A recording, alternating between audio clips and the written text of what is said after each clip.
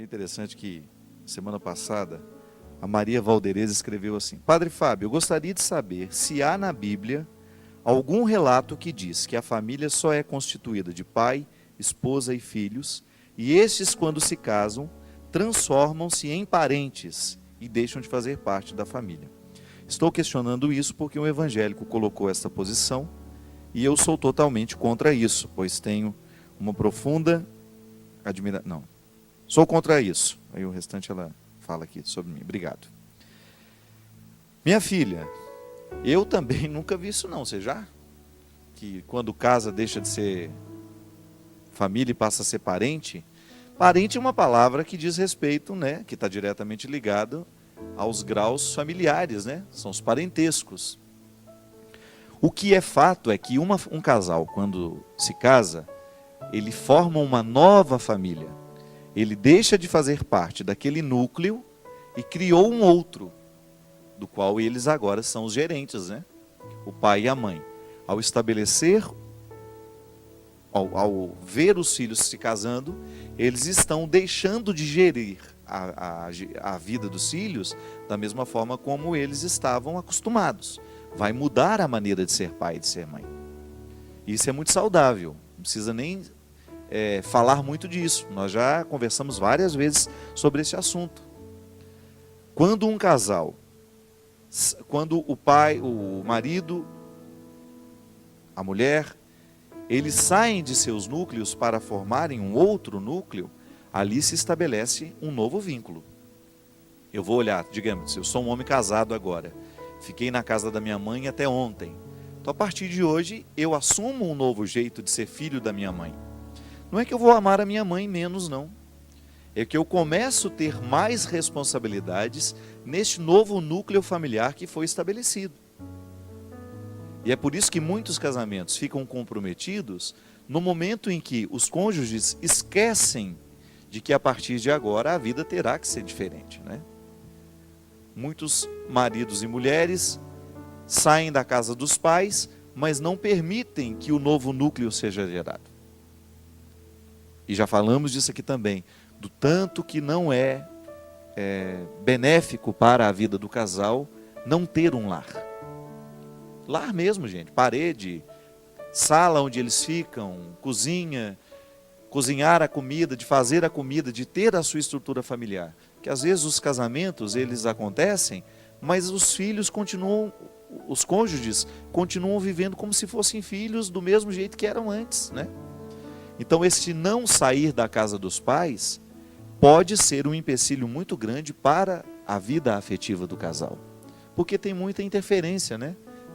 Por mais que eu deixo os meus filhos muito à vontade, eles estão aqui porque precisam, cuidado, porque isso pode gerar um déficit na vida do casal. Eu não estou inventando isso aqui, isso é fato. A vida afetiva de um casal, quando não está dentro do seu núcleo, quando não está na sua estrutura, que foi justamente pensada para que esta nova família cresça, para que essa nova família desenvolva os seus laços, isso é, que tem as suas diferenças, que tem as suas lutas ali, o seu dia a dia difícil, que é à medida que o caminhão vai andando, que as abóboras vão se ajeitando. Não tem o dito popular que fala isso? É disso que nós estamos dizendo. Então a necessidade que o casal tem de ter o seu espaço para ali aprenderem o significado de ser marido e mulher e depois de ser pai e mãe.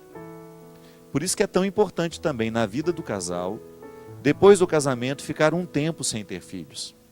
Porque precisa aprender a ser marido e mulher antes de ser pai e mãe. Às vezes o casal já casa, não sabem ainda ser marido e mulher, as pessoas ainda não estão preparadas para essa união conjugal e já têm que se desdobrarem nas funções de pai e de mãe.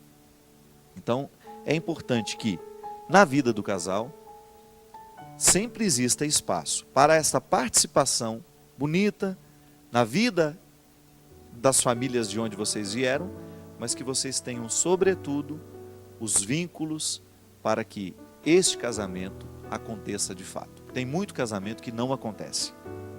Por quê? Porque os cônjuges não se permitem,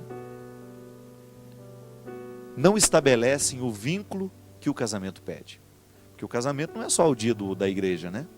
Ali é um início, um reconhecimento sacramental de uma relação que vai precisar ser cuidada a vida inteira. Engana-se aquele que se casou só naquele dia, né? Aquela bênção recebida vai se desdobrar em muita vida, em muito cotidiano, em muitas dificuldades, em muitas alegrias. E isso é importante, que aquela bênção recebida tenha um lugar geográfico mesmo para isso crescer. Mas em relação a essa questão de estar na Bíblia, eu confesso que nunca li nenhuma passagem que pudesse fazer referência a isso, quando casa deixa de ser parte da família, né? Padre Fábio, como transmitir valores cristãos em um mundo marcado por tanta violência, onde parece que Deus perdeu o seu lugar? É a Penha Barbosa. Eu acho que todo testemunho cristão começa nas nossas atitudes, né? Eu, ao assumir o meu compromisso de cristão, eu tenho um código de condutas que eu preciso respeitar, de valores que eu devo administrar, não como imposições, mas como possibilidades. Eu não gosto de ouvir os discursos religiosos que nos apresentam a religião apenas como imposições, não. Código de deveres, de obrigações.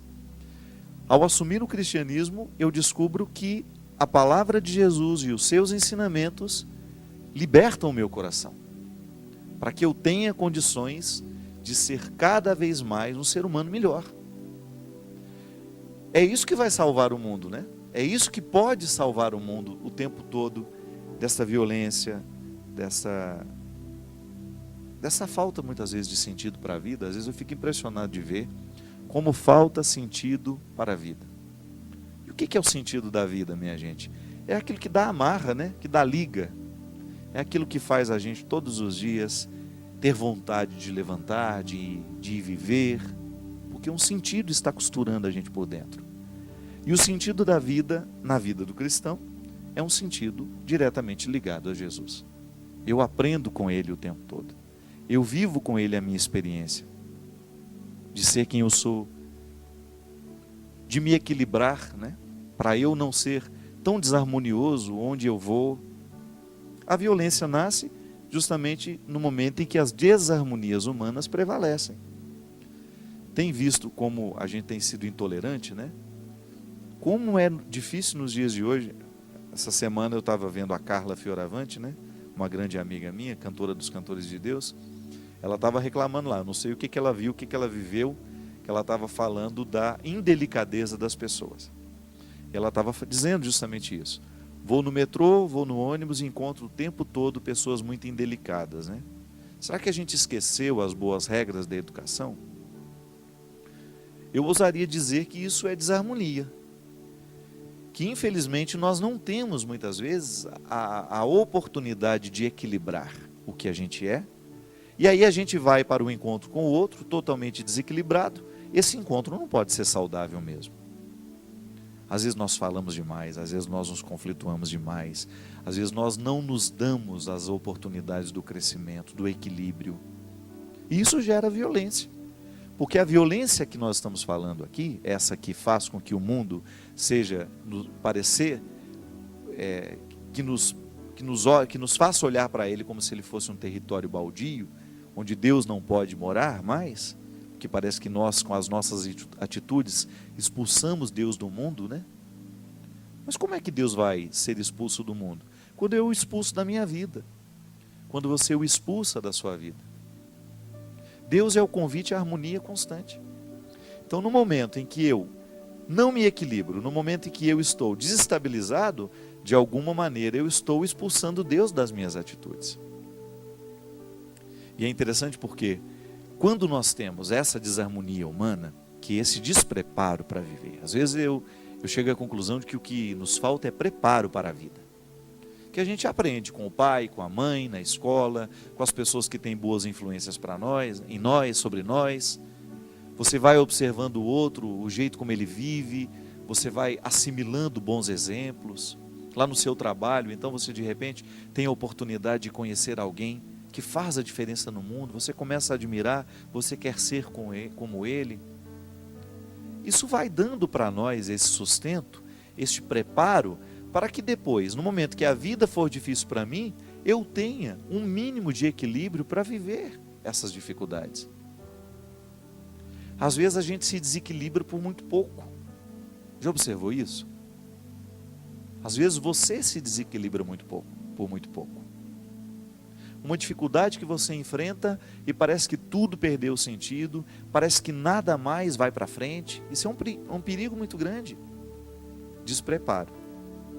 Às vezes o bom preparo vai dar condições para que essas pessoas venham diminuir a violência do mundo.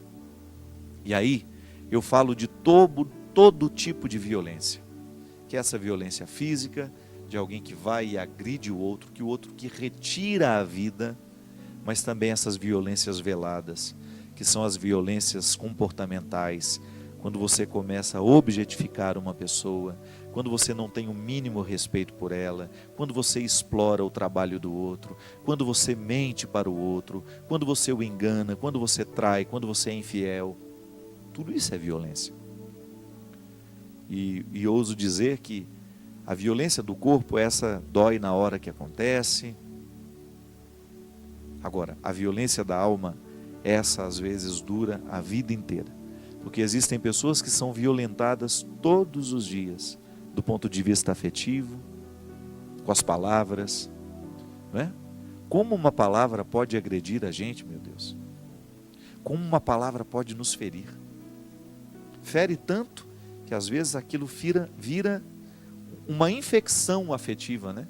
Aquilo vai virando um turbilhão dentro de você, que vai desencadeando outras infelicitações, outras insatisfações, e as desarmonias vão se estabelecendo dentro de nós. Então eu acredito que o grande esforço nosso para diminuir essa violência e dar a Deus este lugar que sempre foi dele e deve ser, é justamente a gente tomar consciência de que o primeiro lugar de onde Deus é retirado é o meu coração e é o seu. Então, se ele é o lugar, se o meu coração é o primeiro lugar de onde Deus é expulso, ele precisa ser também o lugar onde Deus é recolocado. Então, ao assumir com Deus este compromisso de ser um cristão, eu coloco Deus no comando dos meus afetos e eu faço de tudo para que as minhas atitudes sejam equilibradas. Que é muito ruim quando a gente é desequilibrado, a gente acaba afastando as pessoas de nós, a gente acaba gerando solidão para nós mesmos, e no nosso desequilíbrio a gente estabelece, né, um processo que vai nos infelicitando muito. Eu acho que vale a pena a gente todos os dias ter esse cuidado. Hoje eu quero reharmonizar o que dentro de mim está precisando, aquilo que está desordenado, para que eu volte a ter o direito de me alegrar. Padre Fábio, como perdoar uma pessoa que sempre promete que vai mudar e não muda e sempre comete o mesmo erro? Quem pergunta é a Gracilane. Bem, o perdão é uma dinâmica da vida. Eu não tenho como dizer, eu vou perdoar você hoje e não perdoo mais depois. Porque o que me faz querer perdoar? É o tanto que eu amo. Eu só vou querer perdoar à medida em que eu quero o bem do outro. E é claro que o perdão atinge o que recebe, mas atinge também aquele que doa. Agora, que a gente precisa também entender que toda vez que nós nos exercitamos no perdão, a gente está também despertando no outro uma responsabilidade. Ao ser perdoado, eu preciso me comprometer com aquele que me perdoou. É um movimento que tem dois lados. Eu não fico o tempo todo pensando, se eu estou despertando a responsabilidade do outro quando eu perdoo. A minha função é sempre perdoar, eu quero sempre perdoar. Mas no momento em que eu perdoo, eu também preciso de alguma maneira, com a minha palavra, com o meu gesto, fazê-lo ver que aquele perdão recebido precisa gerar um comprometimento. Então tá bom, eu te agredi hoje, você me perdoa e eu quero me comprometer que não quero agredir mais. E nisso nós entendemos, e com isso nós entendemos então essa dimensão pedagógica do perdão, né? ela nos ensina um novo jeito de se comportar. Eu preciso descobrir um novo jeito de me comportar. Ao receber um perdão, você também recebe uma nova maneira de se comportar. Porque você sabe muito bem que aquela atitude que feriu precisa ganhar um conserto, né? É igual você joga uma peça no chão, está quebrada. O perdão é aquele trabalho que você faz para que a peça volte a ser harmoniosa. Agora, o comprometimento é você colocar num lugar de cuidado e de observância para que ela não volte a cair. Agora, o problema, minha gente, é que nós perdoamos e recebemos o perdão muitas vezes sem refletir os nossos atos. E isso é um grande problema, porque quando eu não reflito as minhas atitudes, eu corro o risco de fazê-las do mesmo jeito, cometer os mesmos erros que eu cometi da outra vez. O que falta é, ao receber o perdão, é aquele momento de pausa, quem sabe, né? Eu acho que a pausa ela é tão importante na nossa vida. A pausa na música, não é, Christian? A pausa é tão importante quanto a nota. Porque a pausa prepara para aquilo que vem. Ou prepara, ou mesmo é até um momento em que você descansa para apreender a beleza que ouviu até naquele momento. Então nós precisamos ser seres de pausas. Eu preciso ter mais espaço para pausar tudo isso. E começar a me olhar com mais calma. As minhas atitudes, os meus gestos, né? As minhas palavras. Receber um perdão é um momento que você tem a oportunidade de dar uma pausa. Pensar, por que eu estou recebendo esse perdão? O mal que eu cometi, quais foram as consequências dos meus erros, né? E começar a ter nessa oportunidade da pausa, da reflexão, ver neste momento a ponte para ultrapassar e chegar do outro lado. É o que Jesus fazia com as pessoas. Ele provocava em cada pessoa que ele encontrava, cheia de erros, de desastres, ele provocava uma pausa. Porque era naquele momento de pausa que a pessoa era capaz de voltar os olhos para o passado, rever tudo que não valeu a pena, observar o presente, aquela oportunidade maravilhosa que ela estava recebendo, de ser olhada com misericórdia por alguém, e a partir daquele olhar misericordioso, fazer um plano de futuro. Ninguém pode olhar para o passado, observar o presente e fazer o plano de futuro na correria. E é por isso que a vida cristã combina com reflexão, né? Nós não podemos ser um cristão qualificado se a gente não reflete a própria vida. Então, tenha calma com você. Se você tem dificuldade com as pausas, exercite-se nelas. Comece a olhar mais devagar para o seu jeito de ser. Comece a prestar atenção em você. Na maneira como você trata as pessoas, na maneira como você trabalha, na maneira como você estuda, na maneira como você escolhe ser quem você é. Reflita-se. Seja capaz de colocar para você mesmo, até descrever de vez em quando, quais são os seus maiores defeitos, o que você tem feito para superar cada um deles, quais são as suas qualidades e o que você tem feito para fazê-las crescer ainda mais. Essa é a pausa reflexiva. É o momento que você tem a oportunidade de qualificar a sua vida, de fazer esse exercício e reconhecer nele um ato religioso. É um rito religioso. Refletir-se à luz de Jesus, ter a oportunidade de observar-se, para a partir desta observação modificar, crescer, avançar, ir além. É o que eu desejo para você. Que hoje, ao observar a sua vida, ao prestar atenção na maneira como você está vivendo, você se comprometa com você. Porque o primeiro a ser beneficiado com a sua mudança não são os outros. Os primeiros não serão os outros. O primeiro a ser beneficiado com tudo aquilo que você vai se proporcionar, mudar, ser melhor, É você mesmo. Porque no fundo, o maior conforto que nós podemos desejar nessa vida é estar feliz em nós mesmos. É você estar satisfeito, sabendo que você está sendo o ser humano que você pode ser.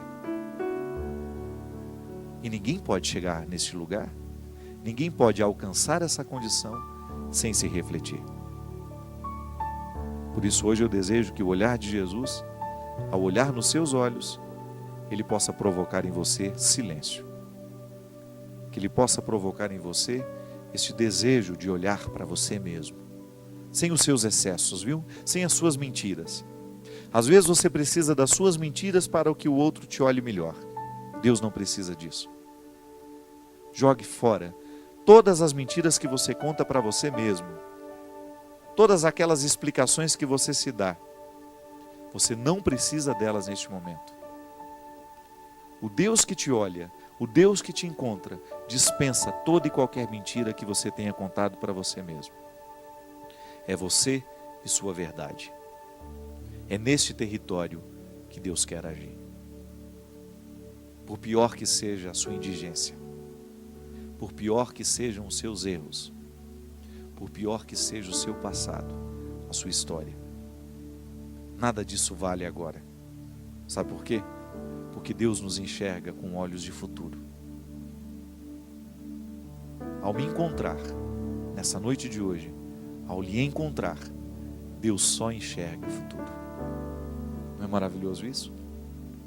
Pensar que hoje Deus só enxerga futuro em você? Isso é salvação. E se a gente aceitar que Deus nos salva com o seu olhar, um olhar que tem o poder de nos reinaugurar, de nos trazer vida nova. O Senhor esteja convosco, Ele está no meio de nós. Derrame sobre todos nós a sua bênção. Deus Todo-Poderoso, Pai, Filho e Espírito Santo. Amém. Já me condeno tanto pelos erros que na vida eu cometi,